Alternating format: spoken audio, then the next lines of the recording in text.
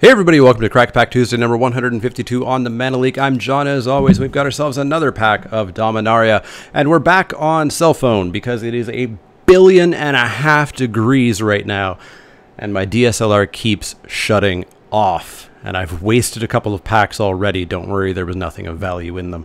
I need a better camera. I need to get an actual camera that's not a DSLR because they are horrible for video. Anyways, we're going to crack this pack open, see what's in it, and see what we would take pack one, pick one, if this was a draft. Now, this, of course, is a sponsored Crack-A-Pack. Every patron at patreon.com/manaleak who is at the $5 level and above will get entered each week to win all of the contents of this pack, or just the rare, or just the foil, or none of the cards, or whatever they happen to want. I contact them and let them know. This week's winner is Blazer 1000. So I'll contact them and figure out if they want some, none, or all of these cards. Up first, we have Homerid Explorer. Homerid Explorer is 3 and a blue for a creature, Homerid Scout. It's a 3/3, and when it enters the battlefield, target player puts the top 4 cards of their library into their graveyard. This is not the best, but it's actually surprisingly okay. I don't feel upset if I have to play one of these. It does mean that I kind of whiffed on getting better stuff, but it is okay. And if you do get the mill deck going, which is a real thing, just a really hard thing to get to go, this is obviously a key part of it, but it's not a first pick. Up next is Gitu Lava Runner. Gitu Lava Runner is a single red mana for a 1/2, but if you've got 2 or more instant and or sorcery cards in your graveyard, so you have Spell Mastery, as it was previously known, Gitu Lava Runner is actually a 2/2 with haste.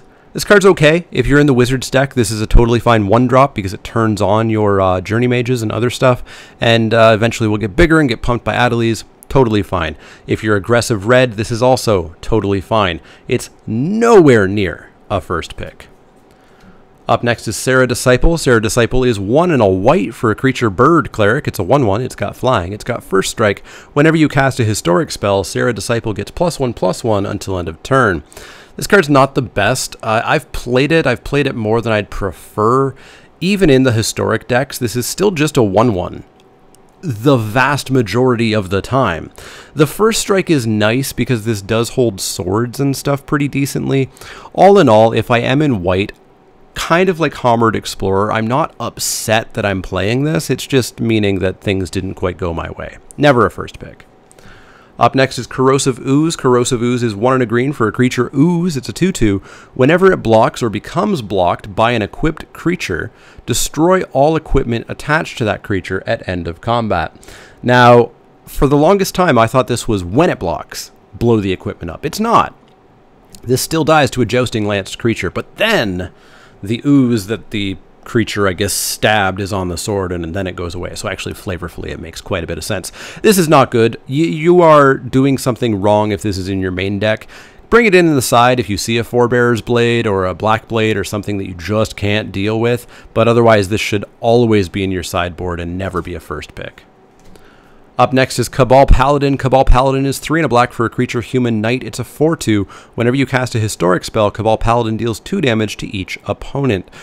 Kind of like Serra Disciple, I've never really gotten this to go that off because you're triggering it like twice, maybe 3 times, and it's a 4/2, so it trades down with, it trades down with some 1-drops, and definitely trades down with 2-drops. So I'm pretty out on Cabal Paladin. I feel this is a card that I am kind of upset if it is in my main deck. It's just not, it's not good, and it's certainly not a first pick. Up next is Yavimaya Sapherd. Yavimaya Sapherd is 2 and a blue for a creature fungus. It's a 2/2. When it enters battlefield, create a 1/1 green sapperling creature token. This card's good. It's Jungleborn Pioneer, but with a different but still relevant subtype. This is great. I will play these in every single green deck, and if I'm in the Sapperlings deck, then boy, am I happy with the Yavimaya Sapherd. This is currently the first pick, which is sad, but it's going to hang out in frame. Up next is Keldon Overseer. Keldon Overseer is 2 and a red for a creature human warrior. It's a 3/1. It's got haste, but if you kick it for an additional 3 and a red, you get to threaten a creature. You get to steal it, untap it. It's got haste until end of turn. This has I think underperformed for me. I've absolutely won with it sometimes, but there's so many cases where the board's just too wide that stealing a creature doesn't even win you the game. It's still a fine card. It still would make a good majority of my red decks unless I just was like flushed with super powerful creatures, but it's nowhere near a first pick for me anymore. I just haven't been as impressed as I had hoped with Keldon Overseer. Next up is Short Sword. Short Sword is a single generic mana for an artifact equipment. Equipped creature gets +1/+1. Equip for 1. This is about as low as an equipment can go for equip costs and casting cost and effect. It's just not something that I'm ever super happy to play. I've put it in some decks. I've put it in some aggressive decks. A Serra Disciple obviously holds it pretty well. But this is a card that I'm never really picking with the express plan of playing, especially not early in the draft, and it's never going to be a first pick. Now that's a first pick. Up next is Vicious Offering. Vicious Offering is 1 and a black for an instant. Target creature gets -2/-2, but if you kick it by sacrificing a creature, that creature gets -5/-5 instead. So this is almost always Bone Splinters. Sack a creature, kill a creature. There's very, very little in this format that this doesn't kill at -5/-5. And being able to kill something like a Cabal Paladin for 2 mana is great. And there's obviously even more powerful and better targets. So Vicious Offering is definitely a first pick, way above Sap Herd. So that can just get right out of there. And Vicious Offering is going to hang out up top. So up next, we're on to the uncommons. 4, 5, 6, 7, 8, 9. We've got ourselves a foil in this pack.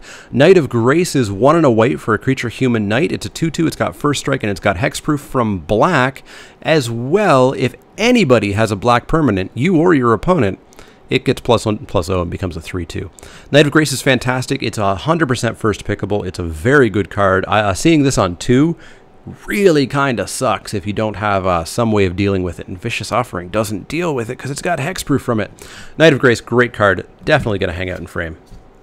Holy moly, the hits keep coming.